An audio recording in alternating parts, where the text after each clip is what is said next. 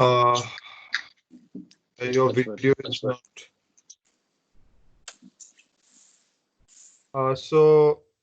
Shall I begin, sir? Yes, please. So, thank you very much for being with Oxford Political Review.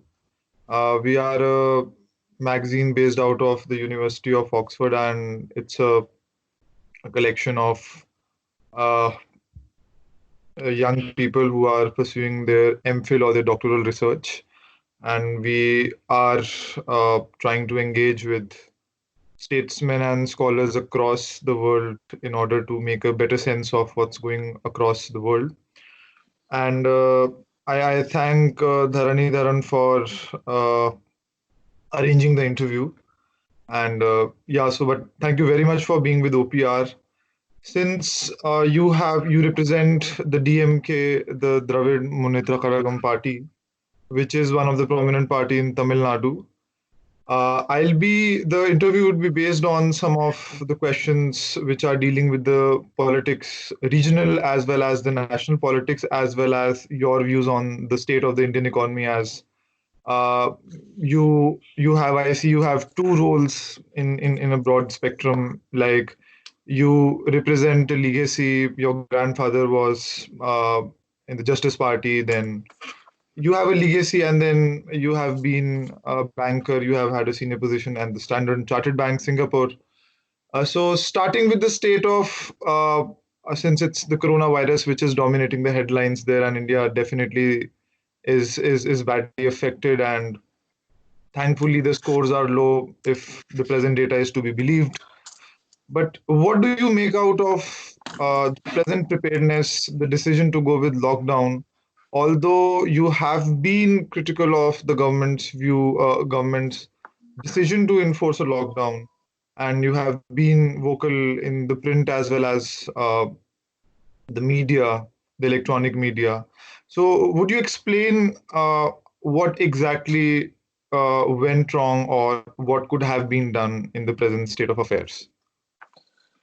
Yeah, first of all, let me thank you for the opportunity. I've always considered myself a student. I say that every convocation and every college I get invited to. So even virtually, I'm always happy to be back amid students and kind of trying to apply my experience to the learning process. Second, I've written a lot, and just to clarify, it's not that I've been against the lockdown. It's that I have been against the lack of preparedness and the lack of empathy and compassion shown in the way the lockdown was implemented. So let me even elucidate further on that. In my state, for example, we already had a couple of disasters, nowhere near the consequences of what we have now. In 2015 in Chennai, we had unprecedented floods. We had like 100-year rain. And it led to some really bad management of the process, which led to release of water from a dam at an inopportune time with bad decision-making and bad information flow. And it led to many deaths and significant economic devastation. So what had happened after that, like in other situations, the CAG, the Controller and Accountant General of India's office, had done an audit of this thing. And they had revealed that the state's disaster management committee had not met even once, not once, prior to the flood. That report was suppressed for a couple of years and was not released till 2018, late or maybe even early 19. But we've had series of disasters after that. We had a hurricane, Gaja, in my constituency of Madurai Central, the Madurai Meenakshi Amman Temple, a massive fire broke out and destroyed a 600-year-old structure. So these are all things that I have brought up in the assembly and said, dedicate more resources, do more planning, communicate kind of strategies of how people should react in different situations ahead of time, and get ready, because it's not as if they occur once in 100 years. We've seen in 4 or 5 years we've seen this. So my first concern is that we were not prepared for this.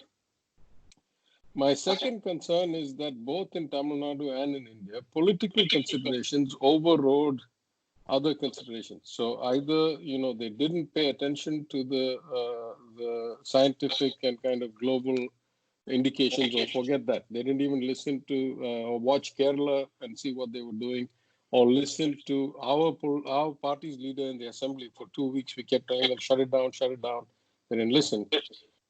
And when they did choose to lock down, it was based on political considerations rather than other things. Like in Mr. Modi's case, they wanted to get the Madhya Pradesh government toppled and their man sworn in as chief minister, and they ordered closure immediately when they achieved that goal. In Tamil Nadu's case, the assembly was accelerated, and they did, the kind of imbecilic futility of passing demands for grants for 27 departments or something in one day, all of which are not worth the paper they're written on. You can imagine that every budget, every financial plan of everybody has gone out the window. Neither are you going to get anywhere near the receipts, nor can you prioritize what you thought you were going to prioritize prior to the crisis. So a complete exercise in futility ran till the 24th at 4 p.m. And then at 6 p.m., we went into lockdown. So it left millions of people stranded without adequate resources, without being able to reach home. We are a country of tens of millions of migrant workers. They were left. So it was the nature of the execution and the philosophy that drove the timing that I railed against, rather than whether or not we should have had a lockdown. And taking this on a micro level, as you represent one constituency, the Madurai Central in Tamil Nadu, as a legislator, how have you responded to the crisis, and whether there is something which is we could say as something unique or something new you have experimented with in controlling? If there is something you can share with us. No. See, controlling is very hard, especially as a legislator, because we have multiple levels of government. We have the panchayat or corporation, then we have the state, then we have the center, we have in the middle district officials, and then we have who's in power, who's opposition. I'm an opposition MLA. But what I will say is that I saw this coming. So in two ways, I was better prepared than most. The first is that I had built infrastructure down to the last mile. Because our political system is organized by electoral booths, and people are assigned to booths. In my constituency, I have about 2.5 lakh voters, 250,000 voters, and at an average of about 1,000 voters a booth, I have about 240 or 239 booths. So I actually have 2 agents per booth that I have appointed in order to make sure that I am in touch with the constituents on a regular basis. And then the hierarchy goes up from there to the corporation ward and the division and so forth. So I have about, 500 and odd office bearers. And all of them are connected to me electronically. Right from when I was a candidate, I set up a call center with like 12 parallel lines, a CRM, WhatsApp number for taking requests. I found that high tech worked only so far. So I set up complaint boxes, suggestion and complaint boxes, after doing kind of a GPS assessment in 27 places across my constituency, and have my own staff go and pick up those, those in need. So because I had this infrastructure early, I actually shut down all my offices on the 21st itself. After banging our head against the wall in the assembly, I said, this is just going to get worse from now. And I don't want to be a center of spread myself, because, hundreds of people come to see me on a regular basis. So I shut down all my offices. I sent off all the staff. I also have an office as the head of the IT wing for my party. We shut down those offices. I shut down my party office, my MLA office, my personal office, made sure everybody was kind of capable of working from home on the 21st itself. And therefore, when the lockdown came, we were in much better shape to help people. So that was the first part. The second part is, because we have granular data of what happens at every booth and, who is there and what is their situation. I've already done kind of 3 things. The first is a helpline. Whoever is in desperate need calls me for whatever, from getting permission to get medical treatment or travel, or, sometimes I get random requests. Somebody asked me to help deliver cat food to a orphanage where some cats were dying because they were not able to get cat food. So something, esoteric like that. Of course, we have infrastructure better than most. The second is that I found about 10 or 15 of the poorest, weakest families in every booth. And so we, without gathering more than 5 or 8 people at one place, we packaged a set of provisions, rice and dal and things like that, dry goods, and we have it delivered. And the third that I am doing on my resources is that now we have found the weakest colonies, the whole areas, the daily wage workers, the Dhobi colony, there are certain parts, particularly there's still a strong correlation between caste and economic progress, even in Tamil Nadu today. So we find particular colonies, and this time we are planning to get 5,000 families supplied with some basic provisions to make sure they're okay. Now, the good news of doing things like this is when in a party, I could have done this as an individual with my own organizational structure, but in a party is when you do this, then the party office bearers step up. So I take care of dry goods. The party office bearers take care of supplying fresh vegetables and fruits and stuff, which I cannot do logistically. But I had one last point I want to make on this. In a democracy like ours, one of the biggest dissonance is that most of us in power with access say, do as I say, not as I do. People like us are used to being in the photo opportunity mode, right? I go and open something, I attend a wedding, I do. So on an average day, I was attending 6 or 8 functions and meeting hundreds of people. So showing the discipline of staying home, of following quarantine, of following physical distancing was important to me. So I have actually refused to go out to take any photos. I go for essential things, but I don't let any images of that go out. Because I have the luxury of a good infrastructure and a good team, I'm executing, I would say, at least average, in my estimation, better than average of what data I get. But I have not left for any event myself. And I put out a voice message to my constituents, and I said, I am staying home because in our democracy, we need to show that people with power and money and access follow the same rules as the rest of you. If I am on the street every day taking photos of helping people, then I'm surely not in a position to tell you, don't come out, because my profession is to be out helping people. So if I practice mine, I can't tell you don't practice yours. So I've actually stayed 98+% lockdown. Thank you so much for the elaborate answer. That takes us to some questions on the state of the Indian economy, which is definitely not pleasant given the past few months of performance and the present slowdown which is expected. Now, you have been a banker, and we know what's happened to the fantastic situation which we find our banks in. What is happening and what has happened to the Indian corporate sector, the Indian banking sector? Why is everything looking bit shaky? As in, I I'm not sure where things will go, but definitely the corporate sector and the banking sector, they have not been in the best shape in the past few months, especially I think 1 or 2 years. Uh, where do you see this all heading, and whether India is sitting on a serious crisis?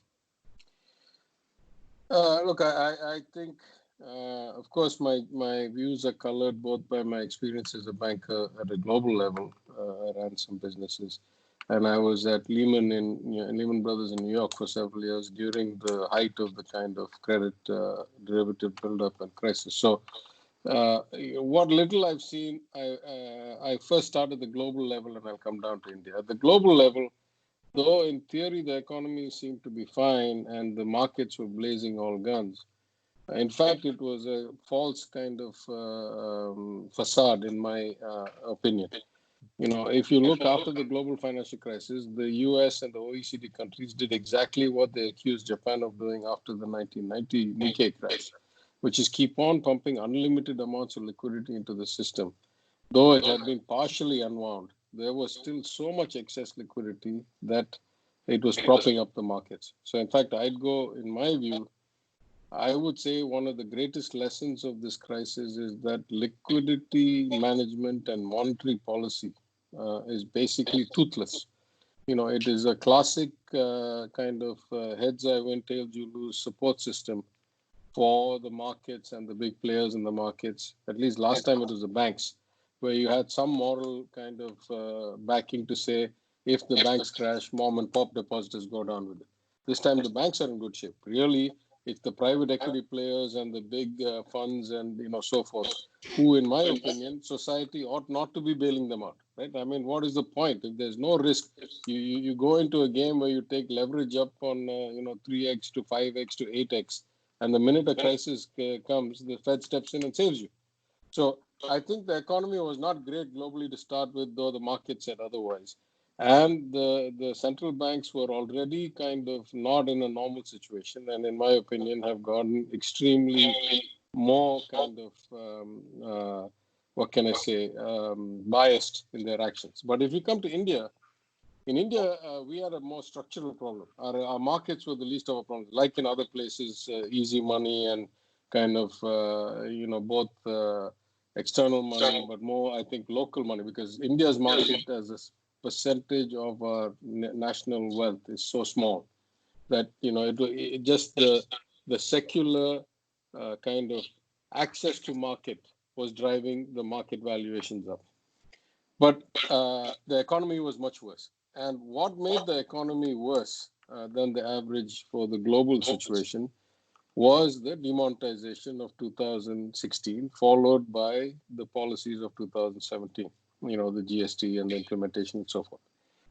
Now, the irony of this is when things started becoming clear that the economy was slowing and slowest in, years and years and whatnot have you, the government's response since the last budget till now has been completely, what can I say, mismatched to the problem. The problem we have is first time in 70 years, we have a demand shortage. We are not able to get resources into the hands of the poor, the lower middle class, the middle class. And the government's actions have been all about giving corporate tax cuts, kind of income tax relief, all of these things, which are clearly supply side, right? I mean, even if you're an ardent kind of Reaganite trickle-down believer, this is a kind of lag or a built-in lag of months, if not a year, between you doing supply side and the FX reaching the demand side.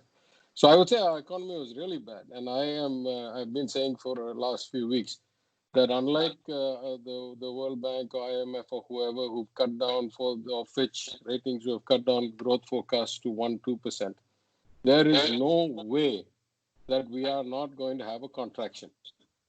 This financial year will definitely be mathematically a recession, which we have not seen, at least in my lifetime or in my adult lifetime, in a country where the population is otherwise growing. We have not seen actual recession of negative growth. No. But I think this is the first year we're going to see that. So it's really bad. Thank you. And taking the interview to the relatively sensitive part of the political situation in India, and especially Tamil Nadu and regional parties, I have some specific questions on your party and Tamil Nadu, and as well as how do you see the regional parties in the national framework. Now, the DMK has championed certain issues which also got it a good, very strong legitimacy, especially egalitarianism, addressing casteism.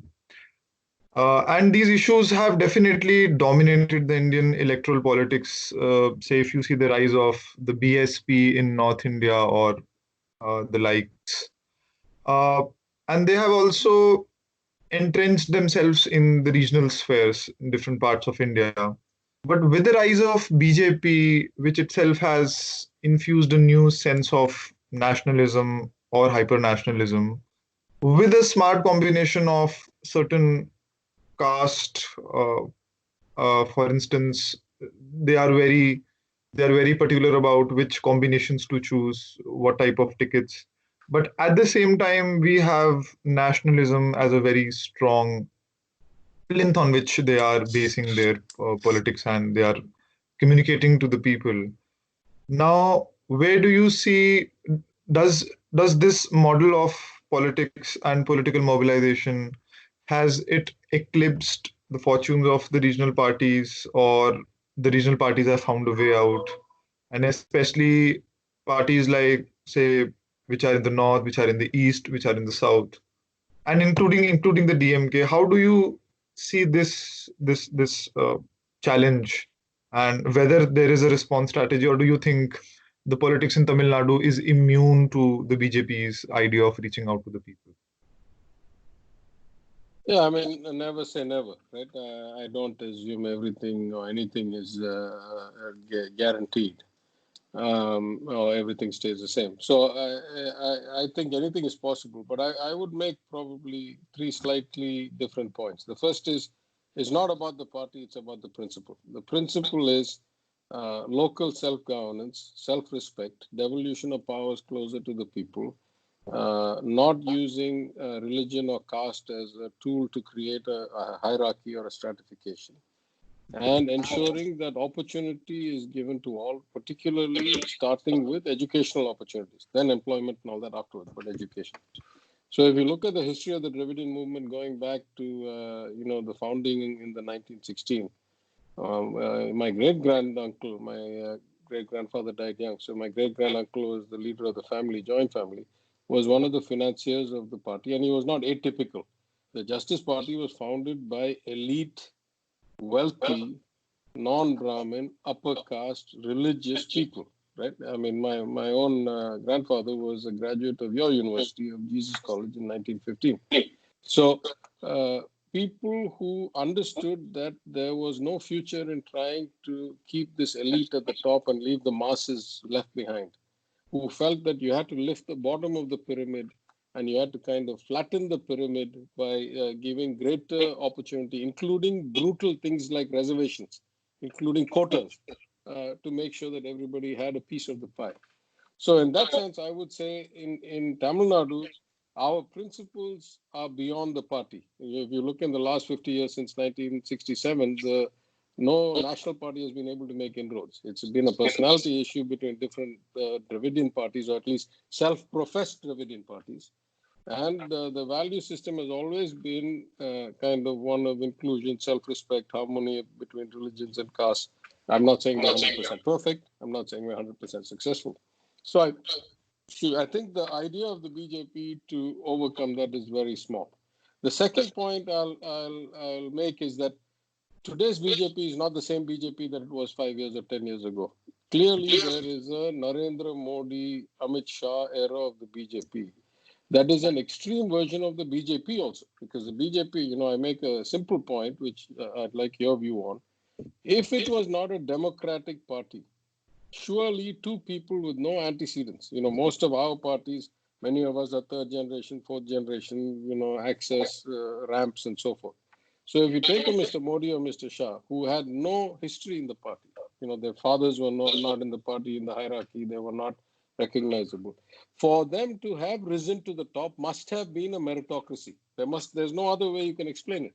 So inherently, it must have been a more accessible meritocracy that allowed them to come up. But what we see today is that it is completely a dictatorship. Forget what happens outside. Forget what happens through the Prime Minister's office or the country.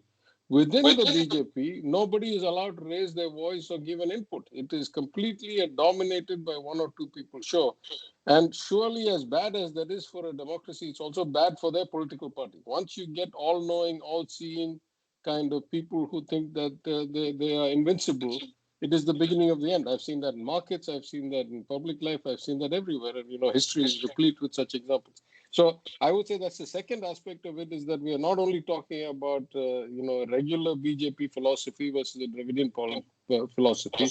We're talking about an extreme case of authoritarianism versus position to that. That is, this is not really about party A, party B, philosophy A, philosophy B. Really, the fundamental point is, what is the model of governance that suits India? Is it a kind of centralized model with less devolved powers to the states and the panchayats? Or should it be a more federal model, as our constitution states, that India is a union of the states? And pre the 42nd Amendment during emergency done by Mrs. Gandhi, the states were given significant powers. They still have. It's not like the US where they say if it is not listed, it automatically becomes a state's right. But we have now reached a scale, a complexity, and a diversity.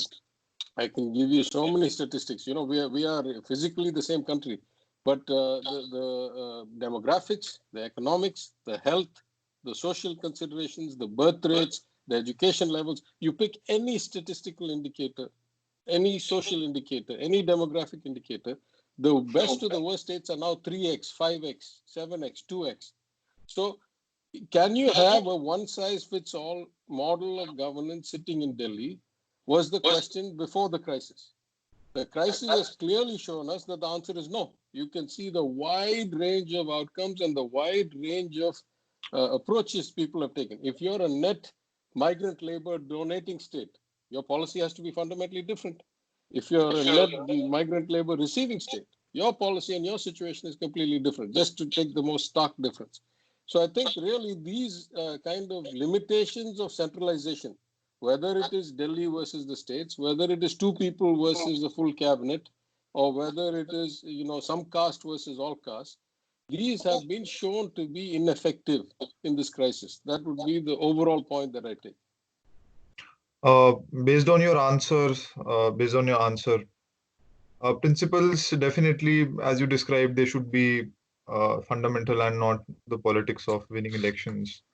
But when we see the success of BJP, particularly in the north, and what they're trying to do in the South India, they are trying to make aggressive inroads into especially Kerala and Tamil Nadu.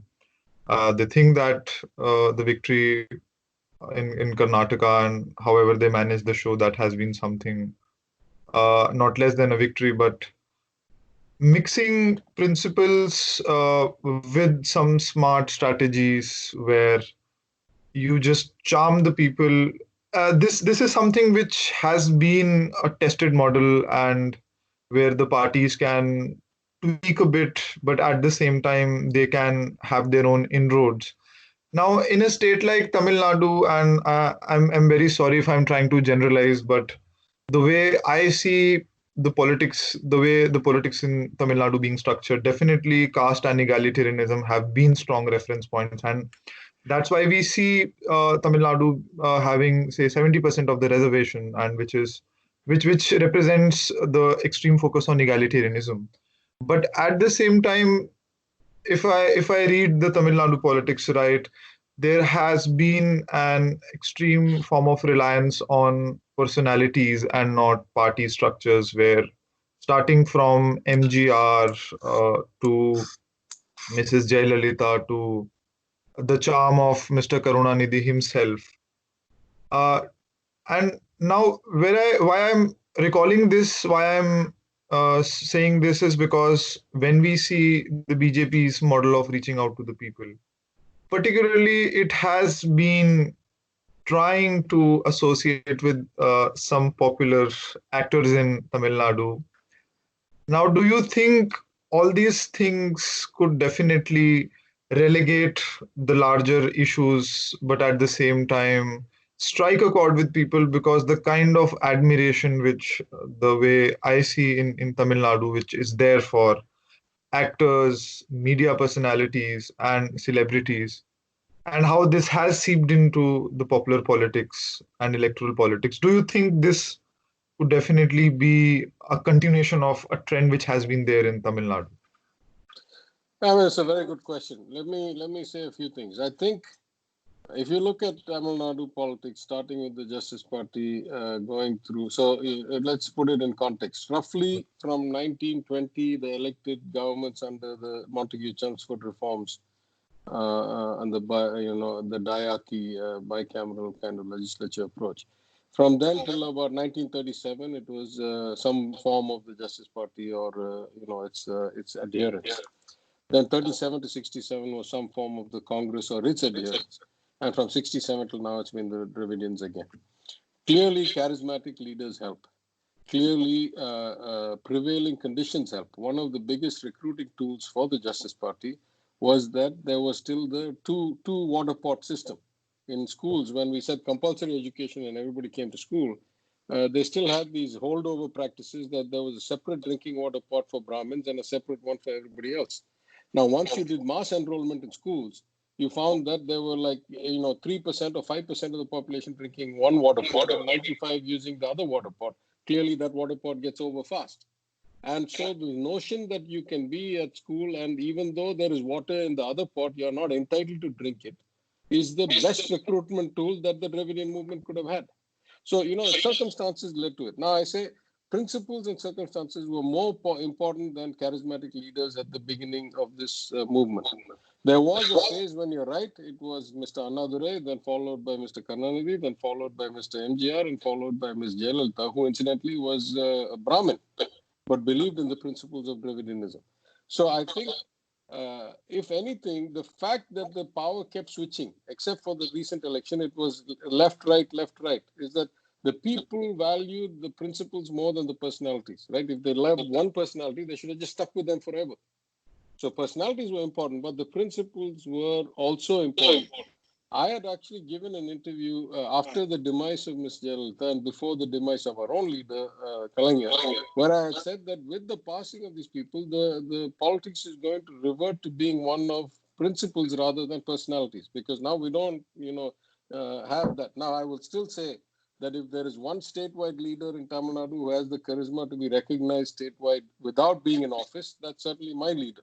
So there's some personality left, but without either, our old president Kalaignar or without Ms. Jayalalitha at the helm, the people of Tamil Nadu gave a resounding vote in the May 2019 general election. We won all but one seat. And the margin of victory was the biggest margin of victory since 1996 in 23 years. So you say if it was only politics or personality, surely Mr. Modi's personal cult is stronger than anybody else's. And yet he was decimated. The BJP's vote share in Tamil Nadu has never crossed the kind of nota range of 3.5%. So clearly, the principles matter. Now you say, is Tamil Nadu going the way of India, or is India going the way of Tamil Nadu?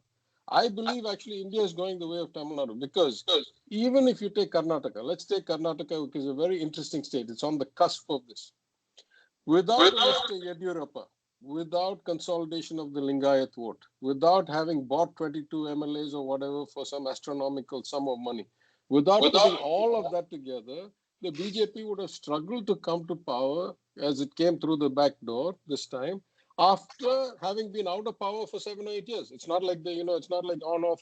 They had already lost the previous election. Everybody thought the anti-incumbency was so strong with Mr. Modi sitting in Delhi that for sure it would go to the BJP, but they didn't.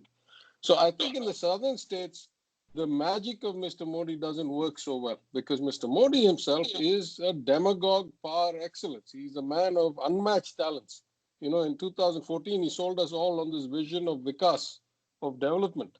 By 2019, that model was dead, because whatever was going to otherwise be good or bad, demonetization, GST, and mishandling of the economy had killed the notion of Vikas.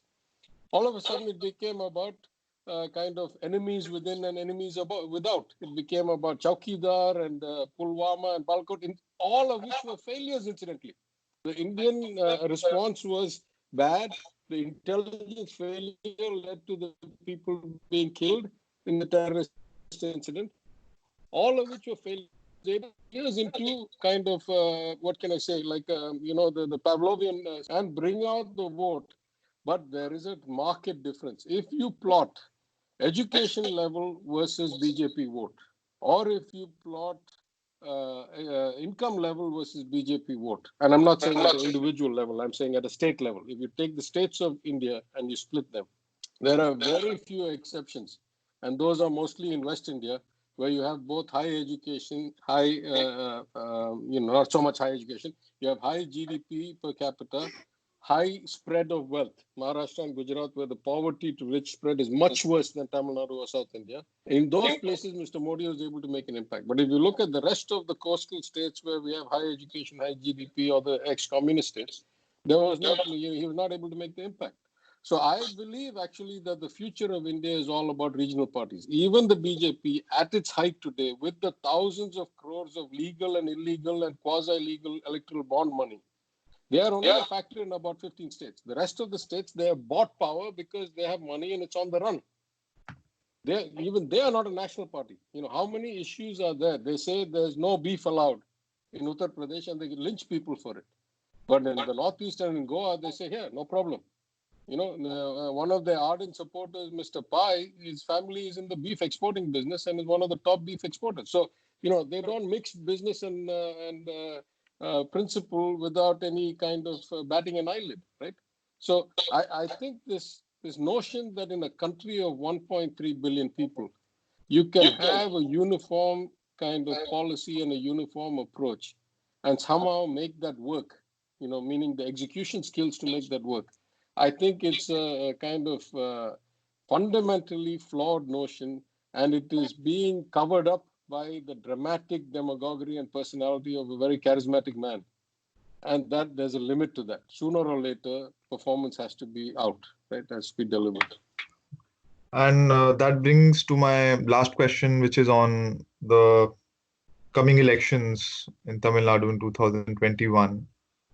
Now, this present term, we've seen a lot. Mrs. Jayalalitha passed away.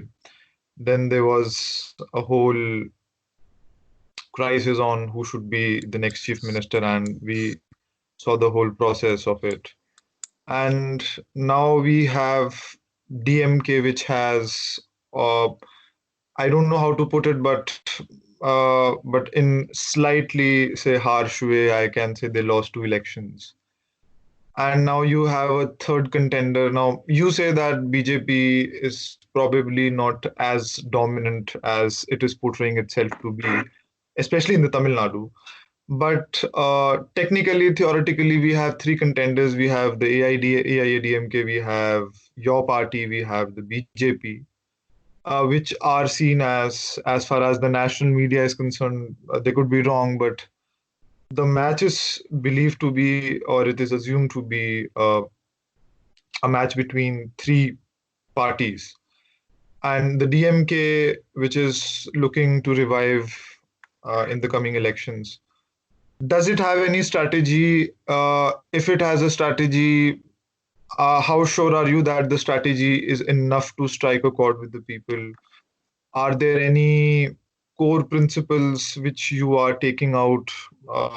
And as also, how, as you head the IT cell of the DMK party, I'm sure you are in charge of how the way party is communicating, especially through the social media and all the electronic platforms.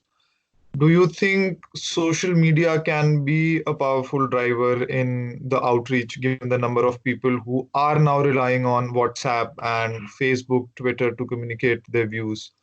How do you think the DMK can challenge the other 2 parties, and especially the BJP's idea of reaching out to the Tamilians? How do you see this working, and do you think there is a chance for the DMK to revive? Yeah, I mean, first of all, I think the question is a bit misworded. Revive compared to what? Revive, we got 53%. Compared to its past performance. We got 53% of the vote in May 2019 after losing by less than 1% of the vote in May 2016. So, I am extremely sanguine. Let me put out 3 or 4 facts. Whether it's 2-pronged, 3-pronged and all that, I don't know. But as of today, you cannot distinguish the BJP from the ADMK. If the BJP was not supporting them, if the governors were not doing anti-constitutional, in my opinion, and courts were not holding on to cases and not adjudicating them, this government would have fallen 2 years or 3 years ago. 11 MLAs who voted against the government are not disqualified by the speaker, and they're still allowed to sit and be ministers. 18 MLAs who didn't even vote against the government were disqualified without ever coming to the House. When is the speaker allowed to disqualify people based on what I think I'm going to do in a press conference? It's idiocy. It's complete anti-democratic. If there has been kind of a theft of government in any place in India, Tamil Nadu is the example. And I say this, I'm saying, with full personal friendship with every person in the ADMK, and I don't cast them morally any worse than me or my party. But the practicality of the situation is, it is the thuggery of the Modi government that has allowed them to stay in power this long. Be that as it may, I'm not as worried about the election because I think the people of Tamil Nadu cannot be fooled. Our average education is the highest in India. It's a +2 graduate. 48% of our youth attend college of some sort of college going age, which is 20 points higher than the Indian average, 10, 15 points higher than the second state of Kerala, and 30 points higher than the Hindi belt where Mr. Modi gets most of his votes. We have the highest penetration of internet, including mobile phone penetration, which is the bulk of it. Something like 70% of Tamil Nadu is online. If social media was enough to win the elections and you could override reality with social media, surely the BJP would have won by now. They spend 10x or 100x what all the other parties in India together spend, and they have more technology and more robots and more offshore resources, and you've seen all the analysis of this. So the point is that social media kind of has multiple ways, multiple stages of development, right? So if you look at a place like the UK or the US where people live their lives on social media and actual human contact is reduced, meaning like they're not as personally walking around the streets as much as the average Indian, particularly middle class or poor Indian, then by analyzing their personality through Cambridge Analytica type or greater kind of interfaces, APIs into their social lives, and then tailoring the messages to them, you can create outcomes. But in India, you got 2, 3 barriers to that. The first is not enough of our lives are online. Even most of us are not banking online. Most of us are not doing purchasing online. Just because we look at YouTube videos doesn't mean anything, number one. Number two, even if you could glean something about us, we are not operating in the kind of quasi-social environment that the West is. We are all mingled mass of people constantly meeting each other, living in large families across many generations and facing everyday life. So I say, as the head of the DMK IT wing, I say all the time, the great luxury for Tamil Nadu is, yes, WhatsApp University, as perfected by the BJP, operates at the same scale or more in Tamil Nadu than anywhere else. But in UP or in Bihar, if you have one guy with a WhatsApp phone out of every 10 in a village, it's a big deal. Here, 8 out of 10 guys have it, even in the village. That means even though somebody is spreading one version of the truth, other versions of the truth are being sent all the time. And most people can walk out on the street and say, does this sound right to me that the government is performing fantastically well? Where are the provisions in the ration shop? Why is it not here? So I am very clear about a few things, and record and hold me to this a year from now. I'm very clear about 2, 3 things.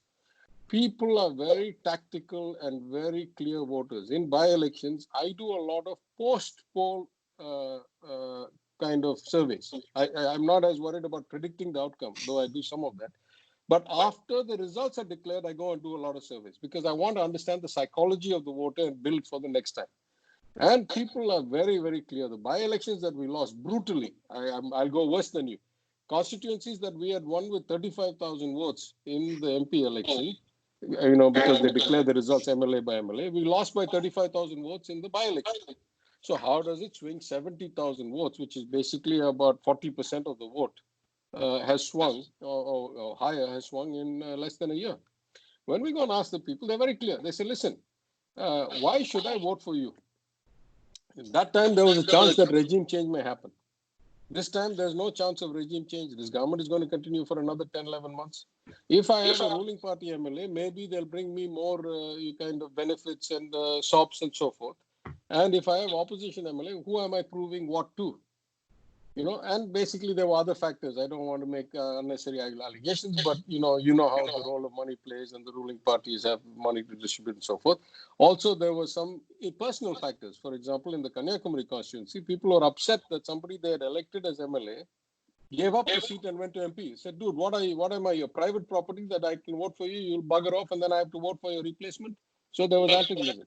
In the north, there was much more of a caste factor, and there were some issues there. So my view is the average Tamil voter is a very sophisticated, rational, in their self-interest voter. It is only once in the last 34 years that they have not said, at least let me change that Dravidian party for this Dravidian party. And that we made some bad tactical errors and strategic errors, and we lost by less than 1% of the vote. I have zero doubt in my mind we'll win the next election. I'm worried about what happens after that.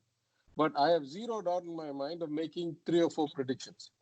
I don't think there's going to be any threat to anybody of any actor entering. The people are smart enough. You can't categorize MGR as an actor alone. MGR was instrumental in building up the ideology of the Dravidian movement and of propagating it for a decade before he ever entered electoral politics.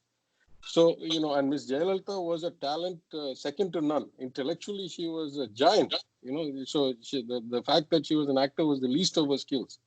I don't think any actor today who's on the verge of entering politics or has already entered politics is in their league. In fact, I'll ask a different question to be very brutal again. How are they not able to make money on their films? If they're such great giants of society, when was the last time they had huge hits and paid everybody properly? All their movies have been flops and they're not able to get the distributors and theater owners paid. Now the guy's going to come to electoral politics and change the world. It's not going to happen. So I'll make a few predictions that you'll hold me to. I don't think these guys enter, and if they enter, I don't think they make a difference. I think we win, and I think we win big because the economy and the situation is going to get much worse than it is now, and people are not fools to let kind of quasi-backdoor people continue for a next term. What I am worried about is not any of that. I am seriously worried about the economic consequences of this crisis, which are going to be worse than anything we have ever seen. To the point that I worry whether we'll have things like social unrest, because we are still a growing economy in terms of people, in terms of youth entering the job market. If we now have an economic decline at a time when there are more people to feed and more people looking for employment, what does that lead to? That is really the worry that I have. I don't really think we're playing traditional politics anymore. In fact, anybody who thinks they're playing the politics of the day before the crisis is yesterday's man. We are not in the same league anymore, at least as far as Tamil Nadu is concerned. Maybe, India average is hard for me to say. I don't have the experience. But in Tamil Nadu, we are in a different era. This is a different era, and people understand where kind of who stands and where the competence is and where the heart is. Above all else in politics, you must have the compassion. You must have the desire to improve people's lives and the ability to feel bad if you don't. And I think that skill or that talent, the people are clearly seeing who has how much of that. And so I'm very sanguine about the election and its outcome. Thank you very much for all your elaborate responses, and we definitely hope India emerges safely from the present crisis which is unfolding, and we are definitely looking forward to the coming elections, and we wish your party all the best. Thank you very much for being with us and giving all the answers, dissecting all the questions bit by bit. Thank you very much. Thank you, sir. Thank you. Thank you for having me. I appreciate the opportunity. Thank you. Thanks.